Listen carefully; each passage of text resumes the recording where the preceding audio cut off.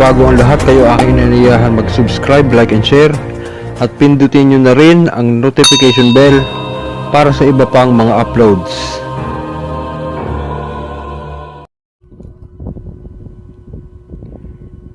Ayun, abisante. Kumusta po lahat? Magandang hapon po, magandang gabi, magandang umaga, magandang tanghali, magandang hapon, kung saan man po kayo naroon sa amang sulong ng mundo. At kumusta po ang lahat? Marami pong salamat sa patuloy na pagsuporta po sa aking YouTube channel na MayICTV, also sa aking FB na Vendetta. Ayun, quick video lang po tayo, no. Nais ko lang po i-announce na tuloy na po ang ating pagpapasubok kay KB, kay Sir Nick Banayo sa Sabado po. At magla-live po tayo niyan. So ang mga kasama ko po ay may-ari ng mga gamit na ito ating ipapasubok. Si Bro Dato, si Erop Alvin. Ito po kay Bro Dato. And then si parang Enrique hindi makakasama. Ito yung gamit niya. So bubuksan na lang po natin sa araw ng Sabado. And then ito po sa akin, pasubukan. May mga ayan, San Miguel at Infinito. So ulitin ko po sa oras na pumasa, ito po ay aking ikikip, tawag doon. Hindi ko ibebenta. Ayan, hindi ko pababayaran. And then yan, ito mga to. Pag pumasa po ito mga to, pag hindi naman po pumasa, ang lahat ng ito ay magiging trophy ni KB. Ibig sabihin, wala pa rin talagang kayang tumalo doon sa panudla ni KB. Yun po, ano. At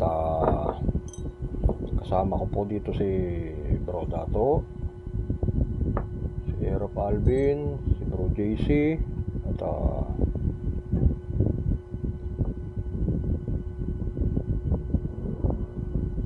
sino pa? Mga kumpare kong taga-Indang,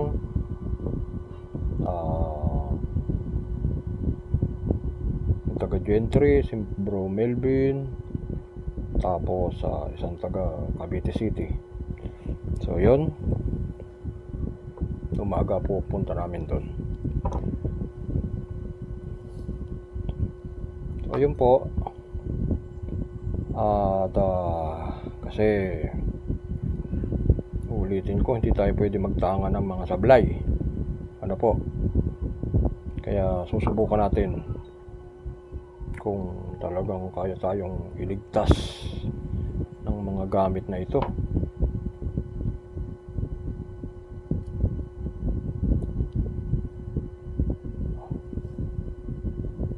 At saka masyado lang ako na nag-iisip dahil lalo na yung mga kapulisan natin at mga kasundaluhan na bumibili ng gamit kung kani-kanino, sa mga antingero. Siyempre sila yung mga nandyan sa harap lagi ng panganib. Sa dami ba naman ng mga masasamang loob ngayon nagkalat yung mga nagbebenta ng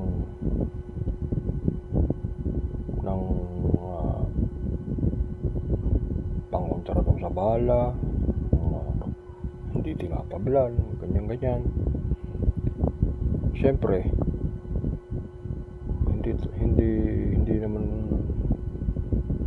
naman maganda na bibili na pulis o ordinary tao o sundalo, o sabihin natin may tiwala dun sa gamit, ang problema baka may panudla yung kalaban nila, tulad halimbawa mga sundalo nasa bundok yung mga yan. So syempre yung NPA may kaalaman din sa lihim na karunungan yung mga yan, marunong din gumamit ng anting-anting at agimat,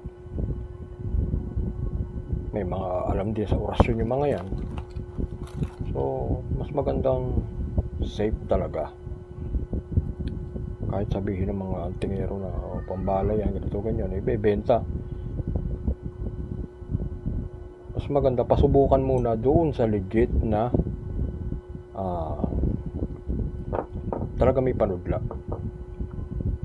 Yan, tulad ni KB. Dahil hindi natin masasabi. Gawin nyo, kung bibili kayo ng gamit, lalo't pambala, protection sa bala, sa mga patalim, pasubukan muna bago bayaran. Ano? So, ganun. Para talagang safe, mas maganda kay KB pasusubukan. Yan, pag effective, tsaka nyo bayaran. Kaya lang, asahan nyo, tataas na presyo nun. Kasi, may iba kasi, tulad ko, kunwari, gumawa ako ng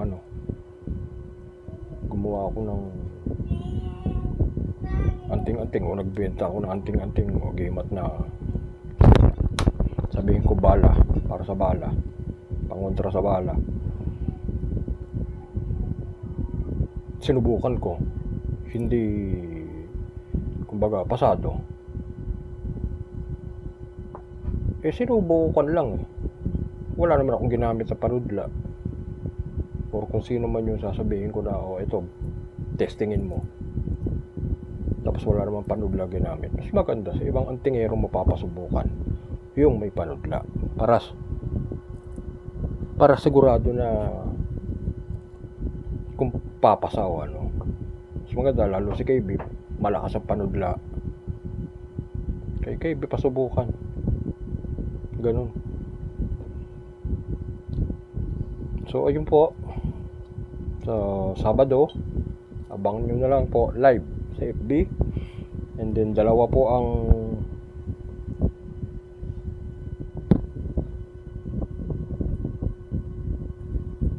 live po sa FB gamit yung cellphone ko, tapos ito pong tablet dadaling ko rin.